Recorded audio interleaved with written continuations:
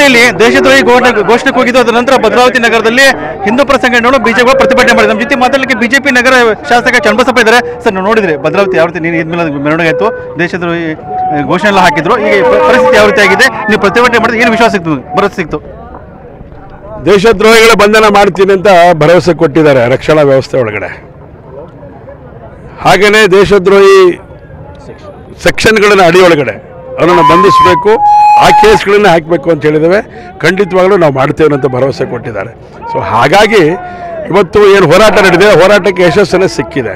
ಇನ್ನು ಮುಂದೆ ಯಾರೂ ಈ ರೀತಿ ದೇಶದ್ರೋಹಿಗಳು ಬಾಲ ಬಿಚ್ಚದೇ ಇರೋ ಹಾಗೆ ನೋಡ್ಕೊಳ್ಬೇಕು ಅನ್ನೋದು ಹೇಳಿದ್ದೀವಿ, ಮಾಡ್ತೀವಿ ಅಂತ ಭರವಸೆ ಕೊಟ್ಟಿದ್ದಾರೆ. ಹಾಗಾಗಿ ದೇಶಭಕ್ತರಿಗೆ ಮಾತ್ರ ಭದ್ರಾವತಿಯಲ್ಲಿ ಜಾಗ, ದೇಶದ್ರೋಹಿಗಳಿಗೆ ಭದ್ರಾವತಿಯಲ್ಲಿ ಜಾಗ ಇಲ್ಲ.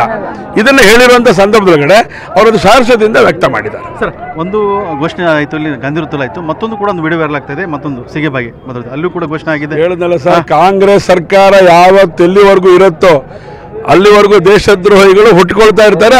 ಹಳ್ಳಿಗಳಲ್ಲಿ ದೇಶದ್ರೋಹಿಗಳನ್ನ ಮಟ್ಟ ಹಾಕುವಂಥ ಕೆಲಸ ಕಾಂಗ್ರೆಸ್ಸಿಗೆ ಮಾಡೋಕ್ಕೆ ತಾಕತ್ತೇ ಇಲ್ಲ ರೀ. ಅದೊಂದು ಸರ್ಕಾರನ.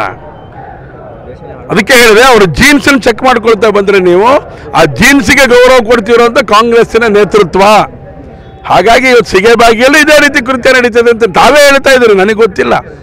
ಆದರೆ ಇದು ಜಾಸ್ತಿ ಆಗತ್ತೆ ಯಾವಾಗ ಅಂತ ಹೇಳಿದ್ರೆ ಈ ರೀತಿಯ ದೇಶದ್ರೋಹಿ ಮಾನಸಿಕತೆ ಇರೋರಿಗೆ ಶಕ್ತಿ ಕೊಡುವಂಥ ಸರ್ಕಾರ ಇರೋವರೆಗೂ. ಸರ್, ಭದ್ರಾವತಿ ಶಾಸಕರು ಹೇಳಿದರು, ನಾನು ಮುಂದಿನ ಜನ ಮುಸ್ಲಿಂ ಹುಡ್ತೀನಿ ಅಂತ ಒಂದು ಹೇಳಿಕೆ ಕೊಟ್ಟಿದ್ದಾರೆ.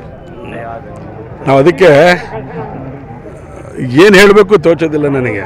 ಭಾಳ ದೊಡ್ಡವರಿದ್ದಾರೆ ಅವರು, ಕೆಟ್ಟ ಮೇಲೆ ಭಾಳ ಬುದ್ಧಿ ಬಂತು ಅಂತ ಹೇಳ್ತಾರೆ.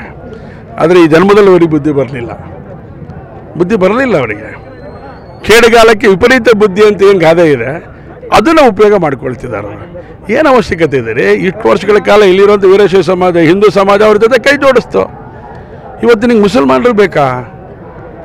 ಇನ್ನೊಂದು ಸರಿ ನಾನು ಹುಟ್ಟೋದಾದರೆ ಹಿಂದೂನಲ್ಲಿರುವಂಥ ಕಟ್ಟ ಕಡೆಯ ಪಂಗಡ SC ಸಮಾಜದಲ್ಲಿ ಹೋಗ್ತೀವಿ ಅಂತ ಹೇಳಿದರೆ ನಿನಗೆ ಗೌರವ ನಾನೇ ಹಾರ ಹಾಕ್ತಿದ್ದೆ. ನಿನಗೆ ST ಸಮಾಜದಲ್ಲಿ ಹುಡ್ತೀನಿ, ನಾನೇ ನಿನಗೆ ಬಂದು ಹಾರ ಹಾಕ್ತಿದ್ದೆ. ಇನ್ಯಾವುದೋ ಸಮಾಜದೊಳಗೆ ಹುಡ್ತೀನಿ, ತುಳಿತಕ್ಕೊಳಗಾದಂಥ ಸಮಾಜ ಅಲ್ಲಿ ಹುಡ್ತೀನಿ ಅಂತ ಹೇಳಿದ್ರೆ ನಿನ್ನ ಪಾದ ತೊಳೆದು ನೀರು ಕುಡಿತಿದ್ದೆ ನಾನು. ಆದರೆ ಈ ಕೆಲಸ ಮಾಡೋಕ್ಕೆ ಕೊಟ್ಟಿದ್ದೆಲ್ಲ. ಯಾಕಂದರೆ ಇವತ್ತು ನಿಮಗೆ ಗೊತ್ತಿದೆ, ಹಬ್ಬದೊಳಗಡೆ ದೇಶದ್ರೋಹದ ಚಟುವಟಿಕೆ ನಡೀತಾ ಇದೆ. ಆ ಸಮಾಜಕ್ಕೆ ಹೋಗಿ ಏನು ಮಾಡ್ತೀರಿ ನೀವು? ಅದಕ್ಕೆ ಹೇಳಿದೆ, ನನಗೆ ಆಸೆ ಇಲ್ಲ, ಆದರೆ ಭಗವಂತನ ಆಸೆ ಇದೆ. ನಾನೇನು ಮಾಡಲಿ?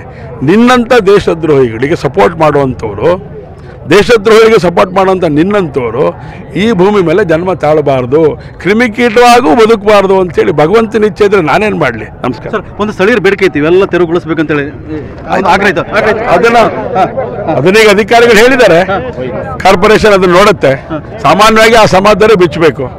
ಅವ್ರು ಬಿಚ್ಚೋದಾದರೆ ಕಾರ್ಪೊರೇಷನ್ ಅವ್ರು ಬಿಚ್ಕೊಳ್ತಾರೆ. ಬಿಚ್ಚುತ್ತೀನಿ ಅಂತ ಹೇಳಿದ್ದಾರೆ.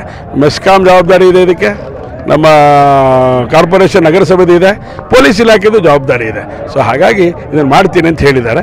ಅದ್ರ ಬಗ್ಗೆ ನಮ್ದೇನು ವಿಶ್ವಾಸ ಇದೆ, ಅವ್ರು ಮಾಡ್ತಾರೆ. ಇದು ಶಾಸಕ ಚನ್ನಬಸಪ್ಪ ಮತ್ತು ಕ್ಯಾಮರಾಮನ್ ಶಶಿಕುಮಾರ್ ಜೊತೆ